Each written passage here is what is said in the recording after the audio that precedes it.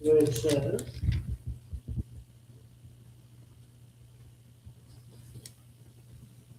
12 through 16, hearken unto me, O Jacob, and Israel, my called. I am he, I am the first, I also am the last. Mine hand also hath laid the foundation of the earth, and my right hand hath spanned the heavens. When I call unto them, they stand up together. All ye assemble yourselves and hear, which among them hath declared these things? The Lord hath loved him. He will do his pleasure on Babylon, and his arm shall be on the Chaldees. I, even I, have spoken. Yea, I have called him. I have brought him, and he shall make his way prosperous. Come ye near unto me, hear ye this. I have not spoken in secret from the beginning. From the time that it was, there am I. And now the Lord God and his Spirit hath sent me.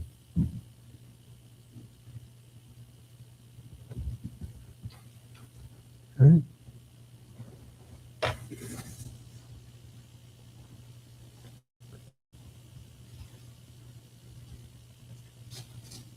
Next.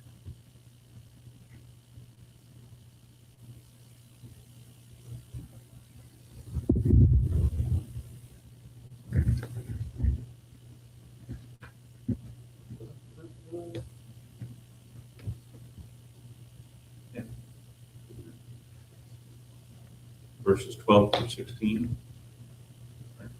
Yes. A tender appeal is made for Israel to hearken unto the Lord. The characteristics of God, which have been described in chapters 40 through 48, are briefly summarized. If Israel sincerely believed these truths about God, they would have faith in him as their only hope of deliverance. In light of his power and purpose, which had been revealed to them through his prophets, the Lord gave assurance that he would use Cyrus to deliver his people from Babylon. Let all come ye near unto me, hear ye this.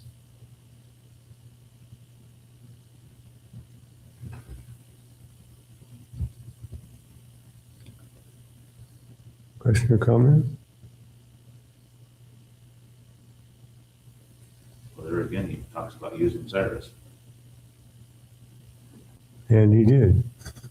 Many, many moons before he used him, before he even came on the scene.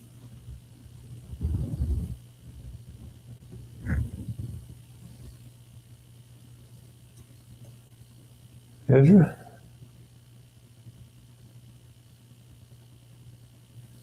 Had Israel only been faithful, God's deliverance would never have been necessary. Isaiah 48, chapter 48, 17 through 22.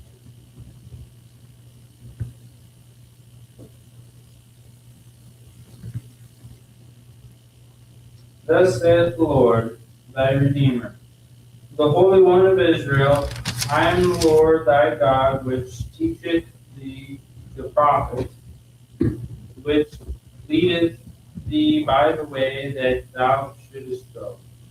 Oh, that thou hadst hearkened to my commandments, then had thy peace been as a river, and thy righteousness as the wave of the sea. Thy seed also had been as the sand, and the offspring of thy bowels like the gravel thereof. His name should not have been cut off nor destroyed from before me.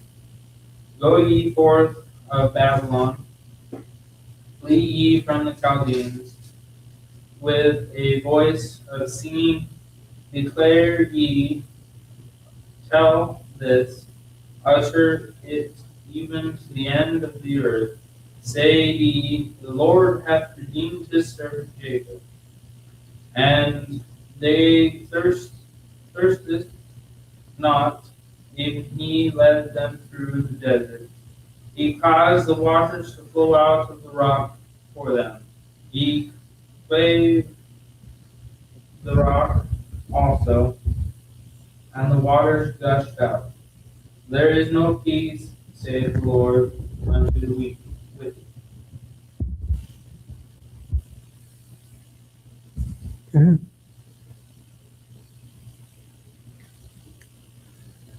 Takes you back to Exodus 17, and verse 6.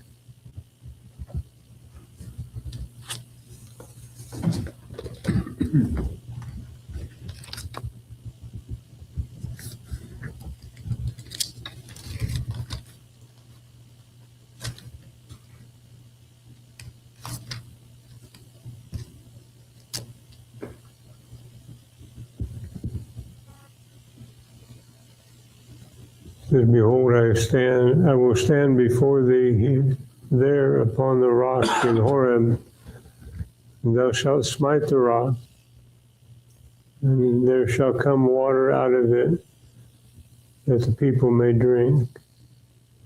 And Moses said in the sight of the elders of Israel, and Moses did so in the sight of the elders of Israel. So this was the time when he did it like he's supposed, like he should have.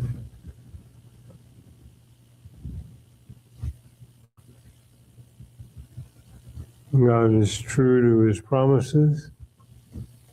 Amen. It was Exodus 1. 17:6.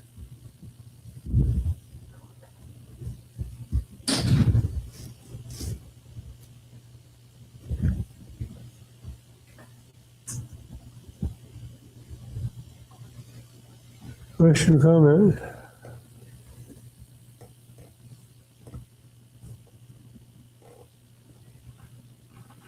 Okay, next.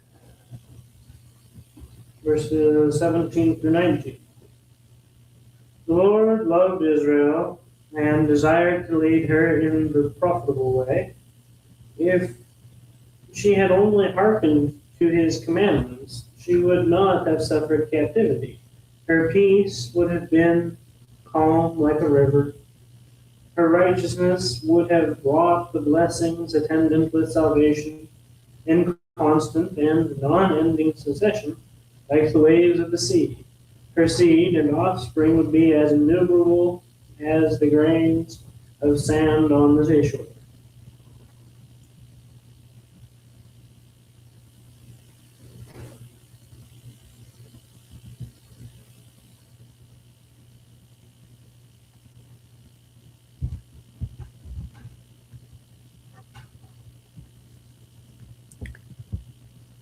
Okay, next.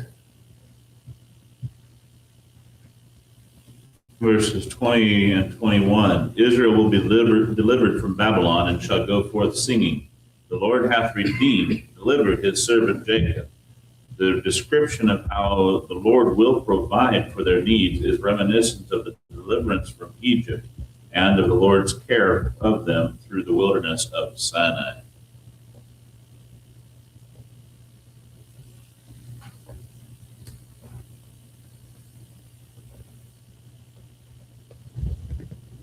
Ezra?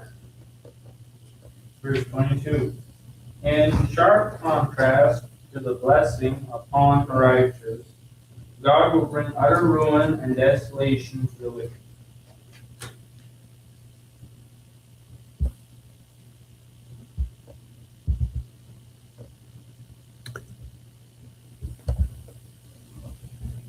And so he did.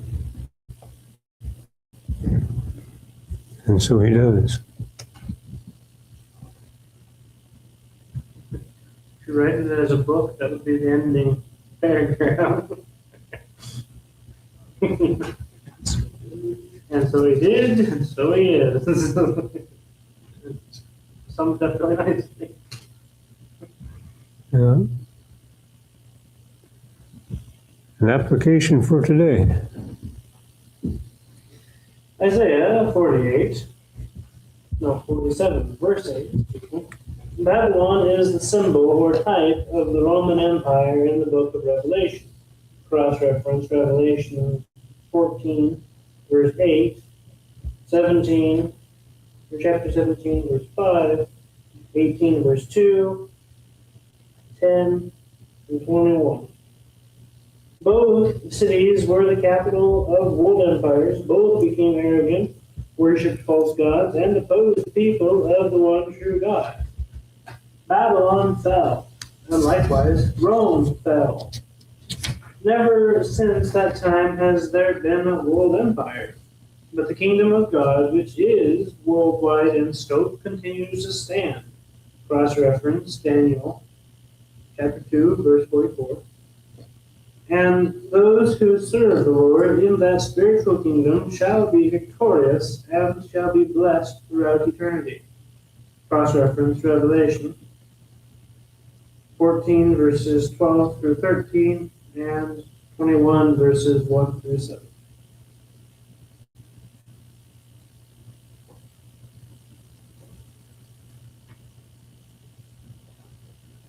And next.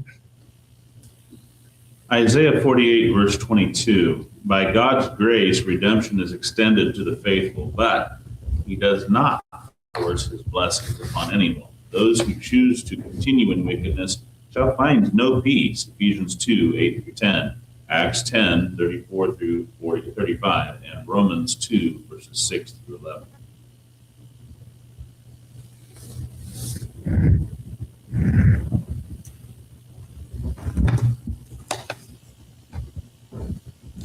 Okay, questions or comments?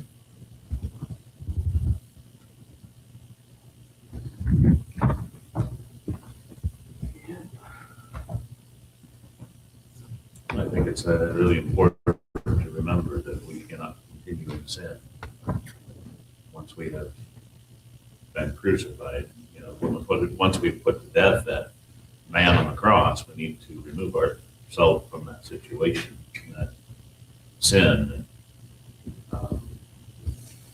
We need to stop doing it.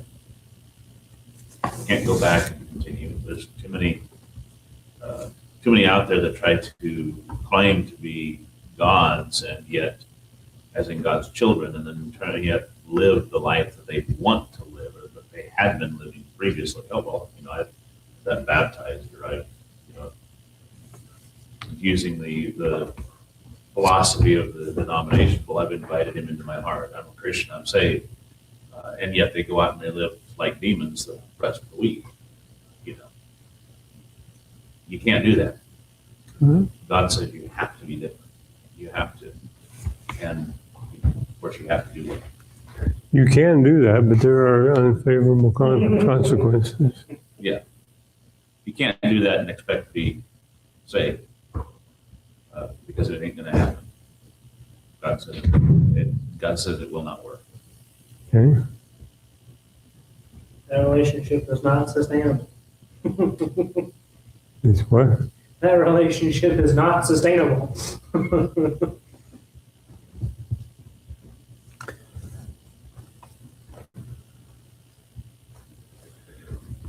Ezra, looks like you get to start us off on the questions. What is the difference between the God of Isaiah 46, verse 4, and the God of 46, verse 7? The one in verse 4 is alive, and the one in verse 7 is not. Okay.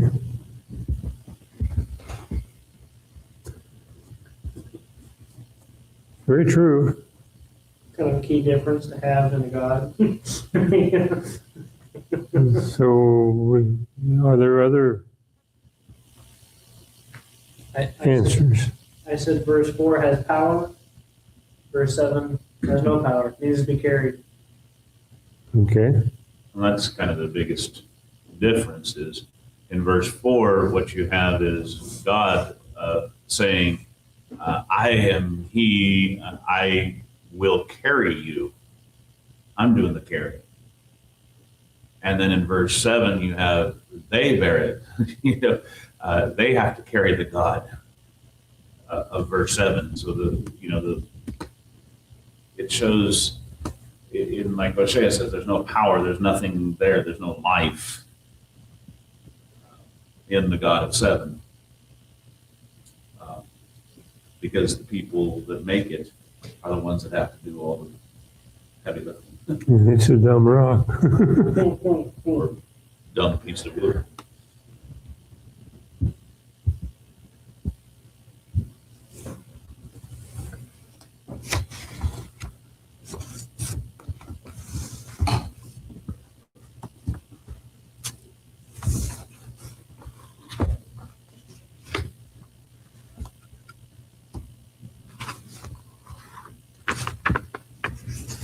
Okay, number 2.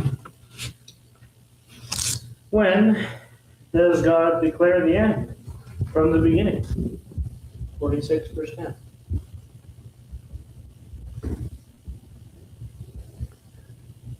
Okay. I think this is a verse that caught my attention.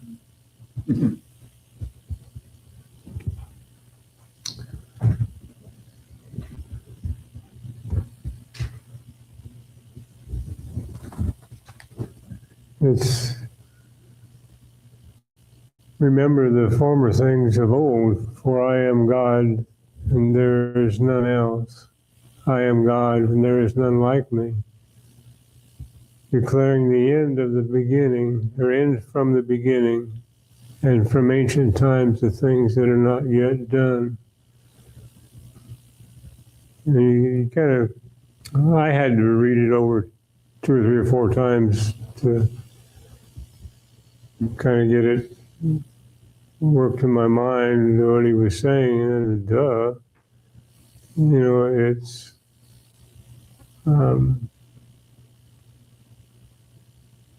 I think it depends a little bit on how you read it. You know, whether you put the proper punctuation and emphasis as you're reading it or not. And, you know, that says there is none like me, declaring the end of the things from the beginning. Well, that in itself would be quite a talent. And you know, then,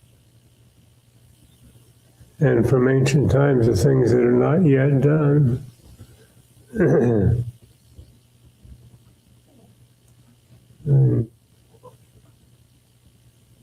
And it just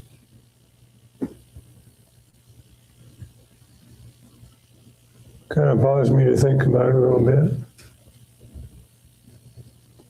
Kind of makes you think of what Genesis 3:15, you know, predicting Jesus is going to crush Satan's head all the way back at the start of the book. Okay. More than I could have done. Yeah, we even got help.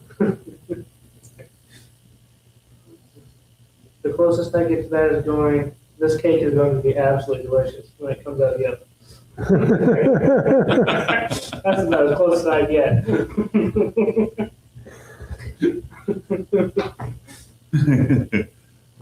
All right.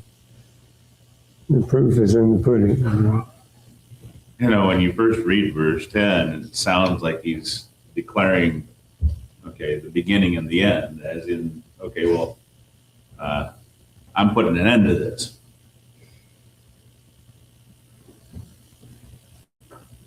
Well, yeah, I mean, the good Lord is going to end everything at some point in time. But then as you get into the context of that verse, you realize that what he's saying is he's not saying, okay, stop. But he's saying, from the beginning, I told you what the end is going to be. And that changes your whole perspective because it shows that he's an omniscient God. Okay. It shows his power. And it goes along with the idea that this was his plan from the beginning. From before the world was founded, he had planned for Christ to come and to save us.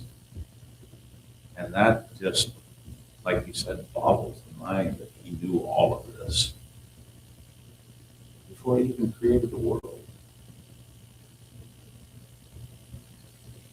and yet he still went through. For whatever grand plan he has, we're not entirely certain what that what all entails, but we're thankful to be a part of it. Yeah.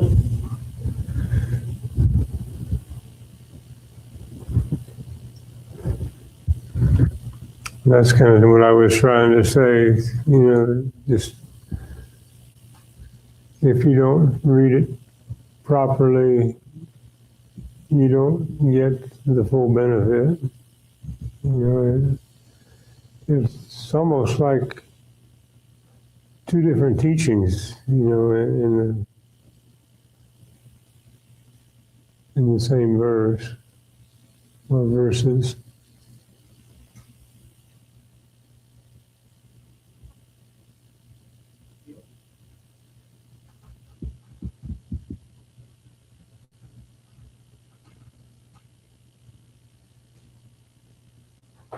And it continues some more verses right in there too, along that same idea.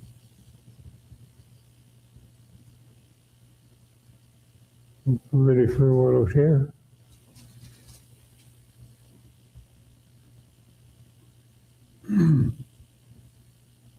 Or you? What will Babylon no longer be called? In 47 verse 1, we have tender and delicate. And in 47 verse 5, we have the Lady of the Kingdoms. Okay. Title revoked. What? I said title revoked. Yeah. Okay.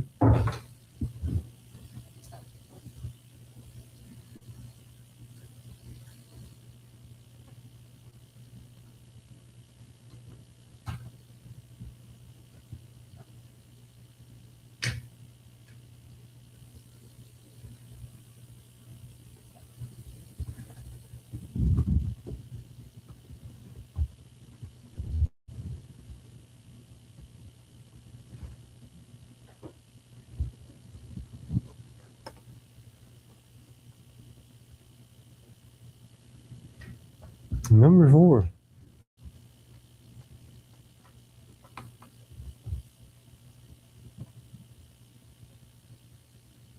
I believe that says right. Mm-hmm.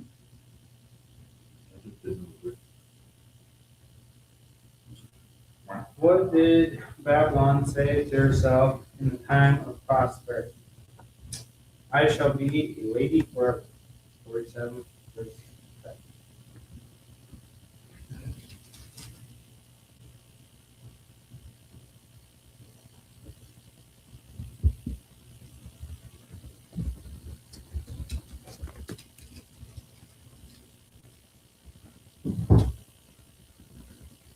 I have verse 8.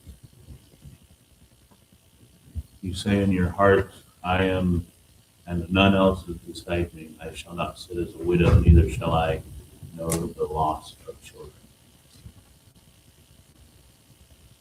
She said that during her time of pleasure, when she dwelt carelessly.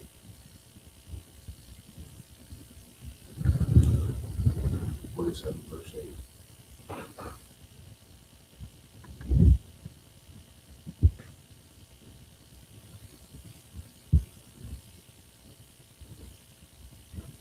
Which is what I took to be her prosperity. Yeah, that's kind of throws you a wrench, throws a wrench in the works.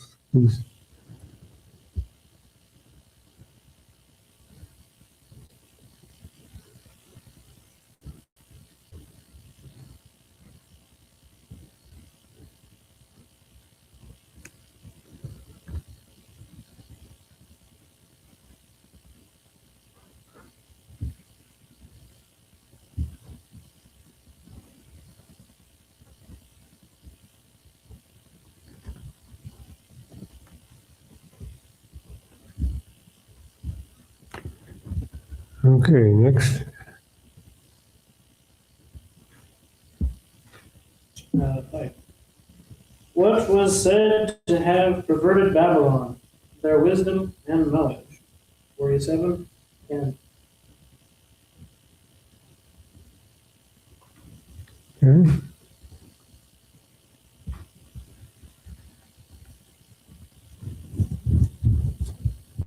To whom would Babylon look to save her from destruction?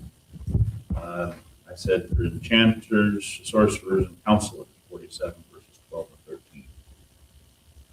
I hunted for this one. You hunted for I this hunted one. for this one. Not near as much as I did on the last one. With the The four, one before. number 4, yeah.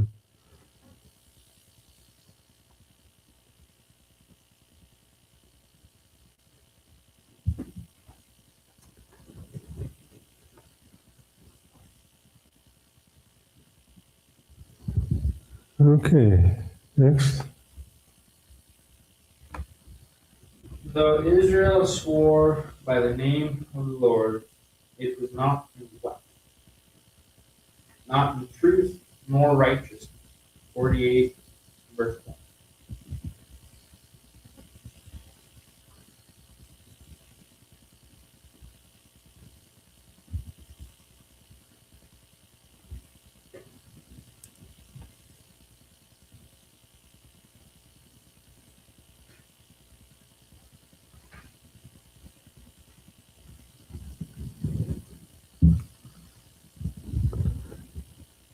Everybody agree? Okay, next.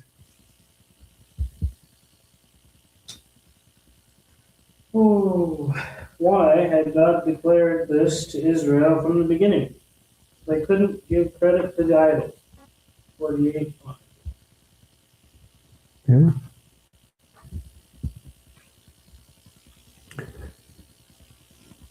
One thing is you learn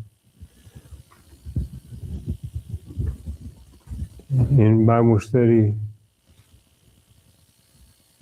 is that God is very, very adept at removing excuses. And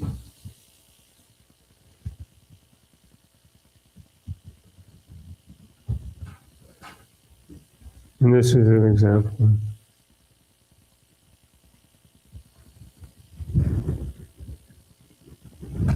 You know, being able to know your objection before you, you even exist is pretty handy for that. Well, he's got all the right tools. There's no doubt about that. But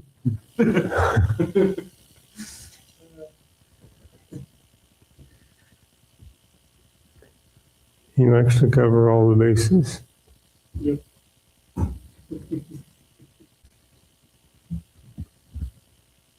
You can think back on a list of folks that tried to, biblical folks that tried to make that objection.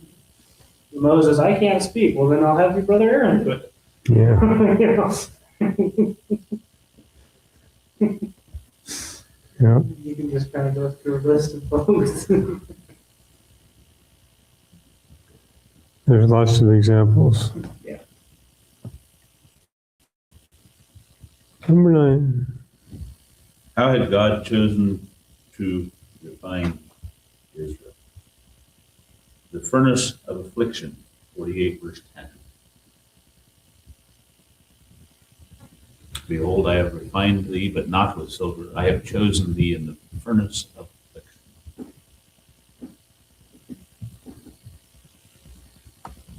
And number 10. If Israel had hearkened to God's commandments, what would have been the result?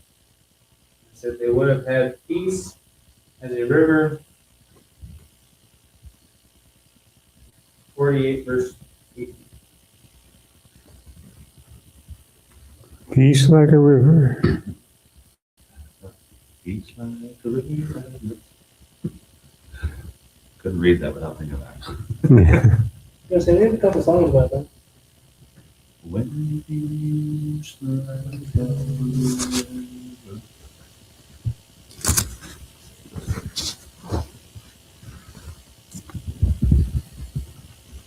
You ever read the backstory to that song? Yes. Wasn't it when one of them was, one of the songs that we would sing is because he lost everything when he came over from Ukraine. But one of them was because, well, he lost everything. And I believe Peace Like a River is the one written not too long after the San Francisco fire. And he watched his wife and children sink in the boat harbor. And, so he sat there on the dock and composed One Piece Like a River, as I recall. Yeah, it's well of my soul. And that's the title of the song. That was the one. The other one is the Ukrainian hymn.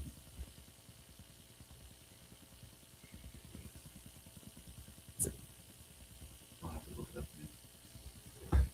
But he came over from Ukraine. He was a refugee. And he wrote that one as he watched his homeland disappear. Long time. Yeah. I think he was exiled or something.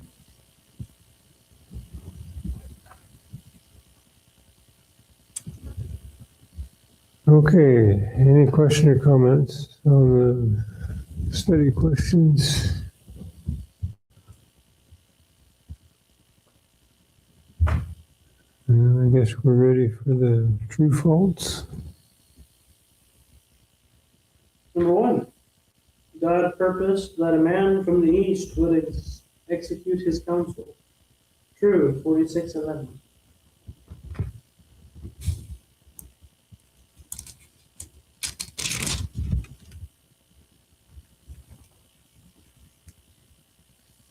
If I understand the verse correctly. Yeah.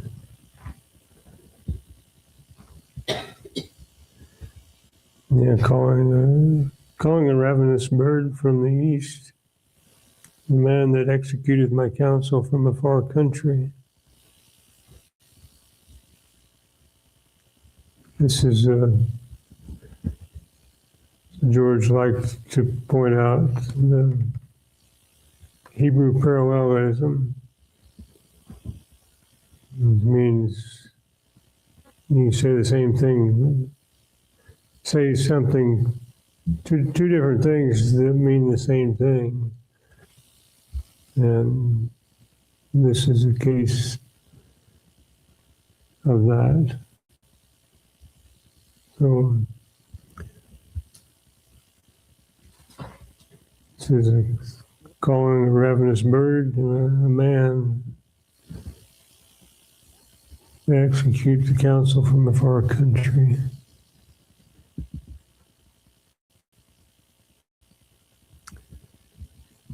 Number 2.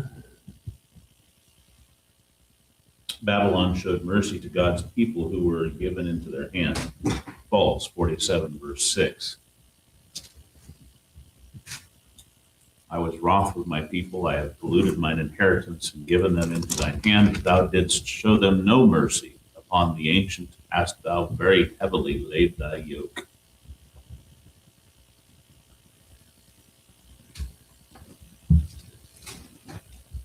Okay. And that was spoken of the daughter of the Chaldeans, verse 5.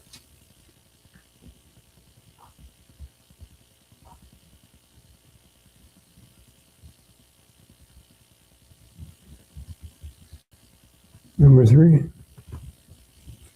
Babylon would have desolation brought upon it suddenly. True. 47, verse 11.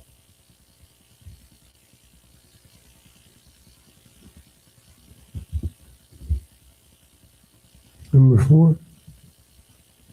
Israel was obstinate, with a neck of iron sinew and a brow of brass. True. 48, verses 1 through 4. What does obstinate mean? Think about the staining. abstaining, but that's not the right word. Rebellious. That's getting close. Stubborn is probably the closest that I've in common usage. But you could even throw perverse in there, I think. It's not something to be happy about. It's not something to try to be. Right. It is. Yeah. Number 5.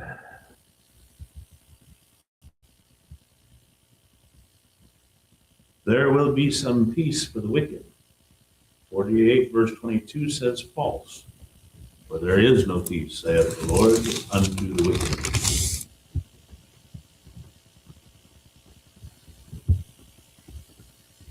Okay. Question or comment?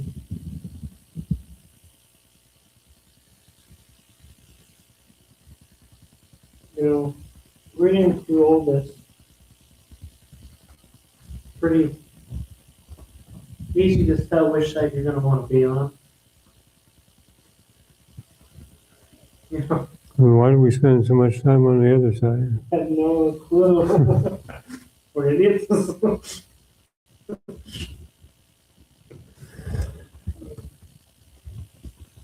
Question or comment?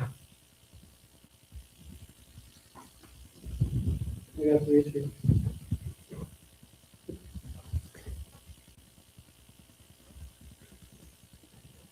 Research.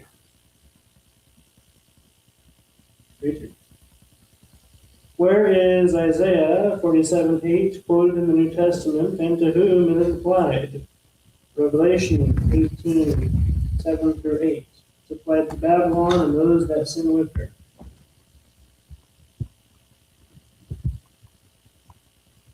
Okay, was that Edward's question? Was That Edward? was it. But he doesn't have it. Oh. So who's Babylon?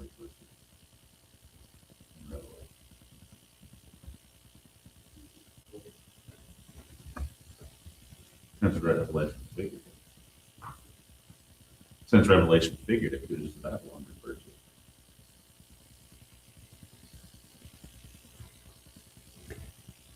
You get varying opinions depending on who you're talking with. Of course.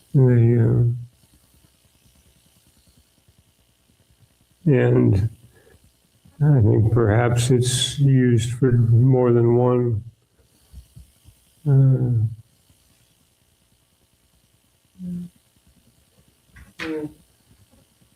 entity within the book of Revelation. But sometimes it's referred to the Catholic Church. It's what some people think on occasion. Well, he said up here in his application for today, he likens Babylon to Rome, which would make sense for the Christians and under the time period of Revelation. And their understanding. Rome, Babylon, not a big guy. If you wanted an actual application for who it was. Okay. And then the thought question.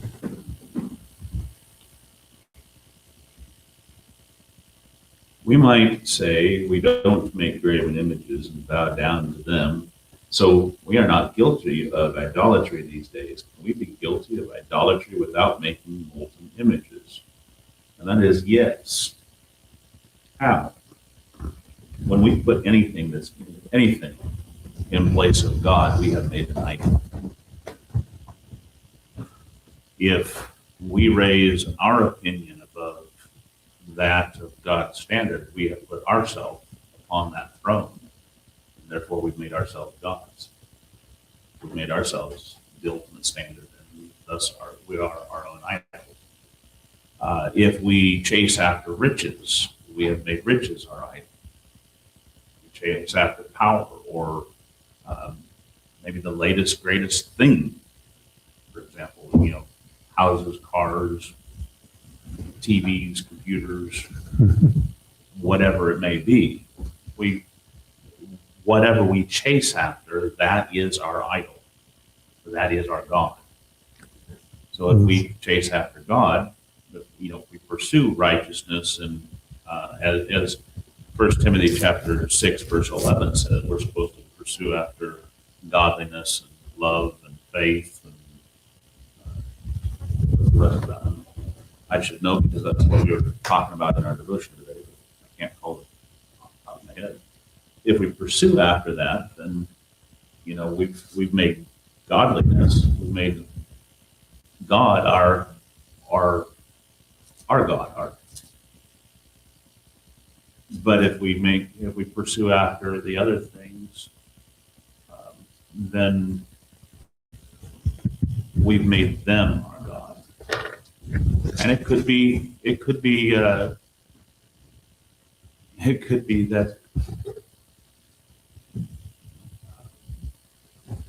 it could be even knowledge that we've made our God, our idol. Paul gives a warning to Timothy there in 1 Timothy 6, verses 20 and 22. He says, "O Timothy, keep that which is committed to thy trust. Avoid profane and vain babblings and oppositions of science, so falsely so called." Well, ESV translates that as knowledge. That's so-called knowledge. I thought that was rather fascinating how it turned that, which some professing have erred concerning the faith. So some who profess to be Christians have chased after science or knowledge and have erred from the faith because they've made that their God. But we're to hold or keep the faith that has been entrusted unto us. That holds true, especially when you look back at 47:10. What perverted Babylon was their wisdom and knowledge. That's true. They Good made correlation. it one of their idols. Very good correlation right there. Yeah. I was listening to Clay and Buck the other day. And one of them built a new house. And I don't remember all of the conversation, but anyhow, they asked him what size TV he wanted. And he said, "I want the biggest TV available." You know what he got? You know how big they make TVs? This was not a projection TV either. This was 7 foot by 12 foot. 7 foot high, 12 foot wide. Bit bigger than 103. Yeah. One of He didn't say how much it cost, though. Or I didn't hear him say how much it cost. Larry's in-laws has TV similar. Larry's like, you can walk up to it, it's just like walking up to a window, a full-size window almost. It goes from floor to ceiling. Yeah. Why? You can talk and shake the hand of the person standing there in the TV. It'd be kind of funny if he reached out and slapped you, wouldn't it?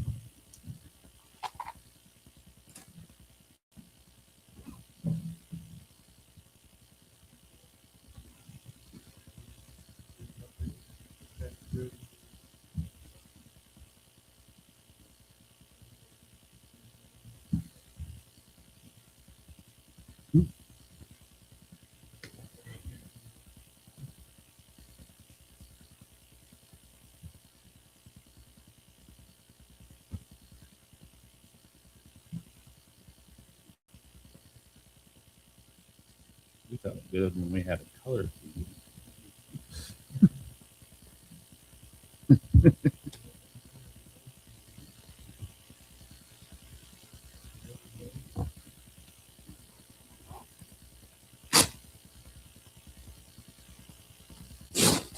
Oh, that Ukrainian one is well on the sea. Since we mentioned both of those,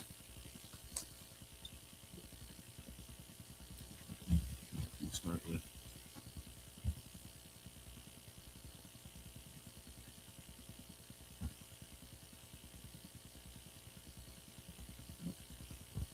345.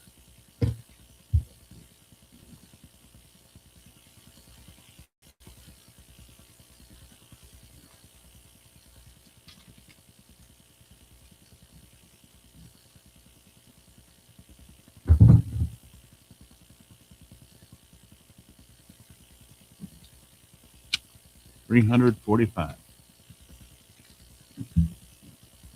It is well with my soul.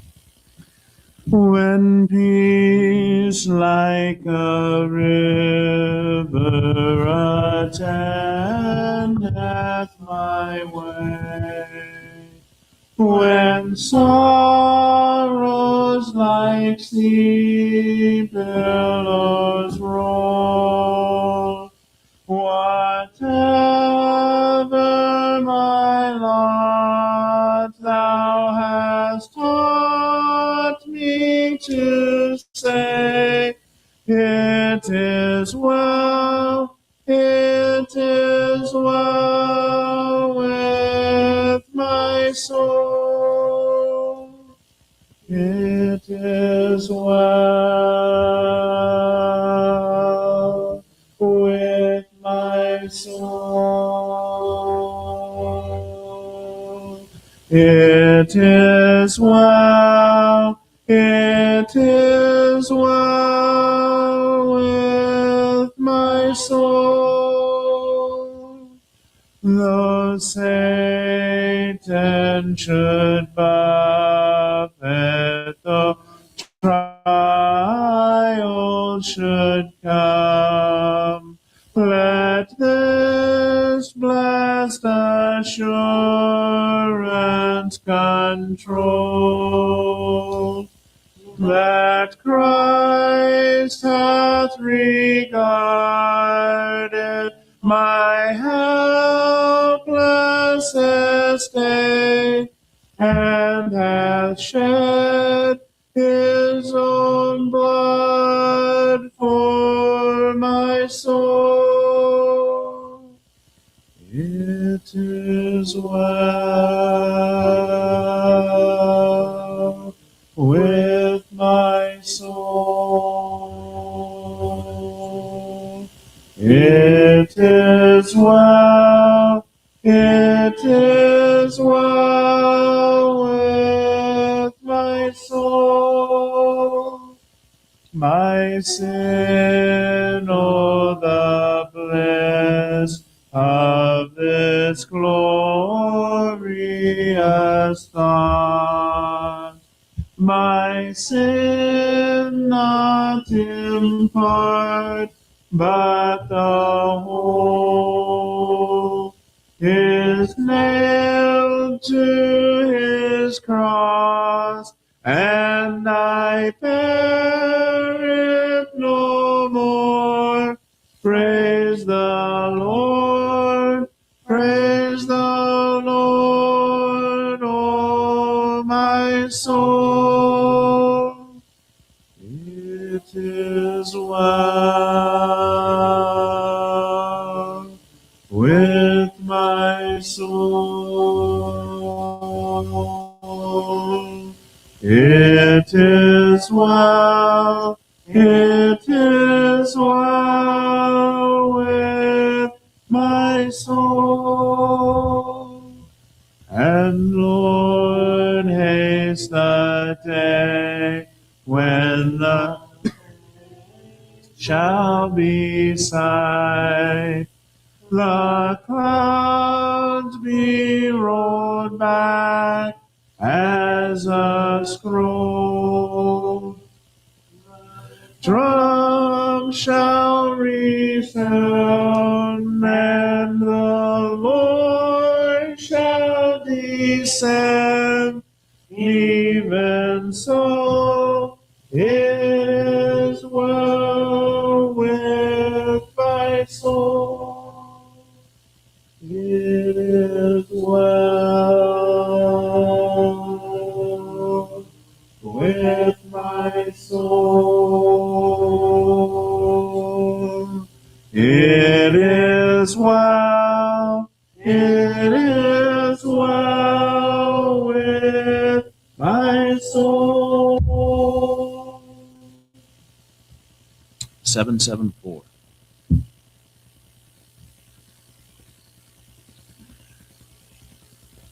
$774.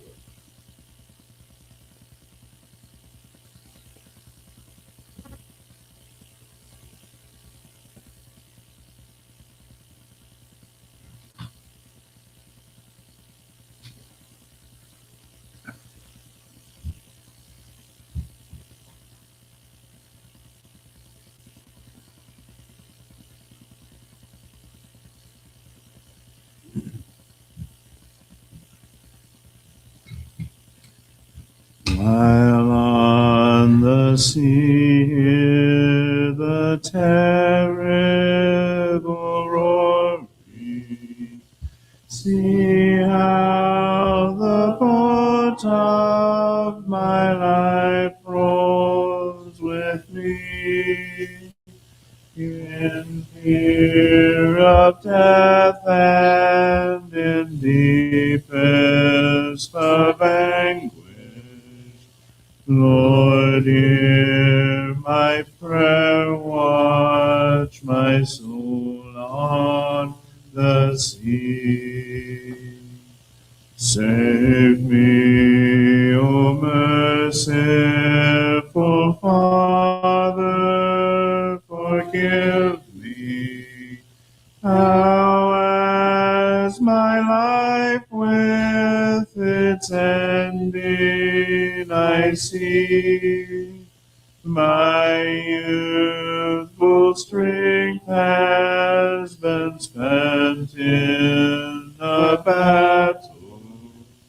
Lord, now I beg you, have mercy on me. I have no strength left to wait on my journey. Help me to reach that fair land past the sea. Help me to travel to my native country. Lord, now I beg you, have mercy on me.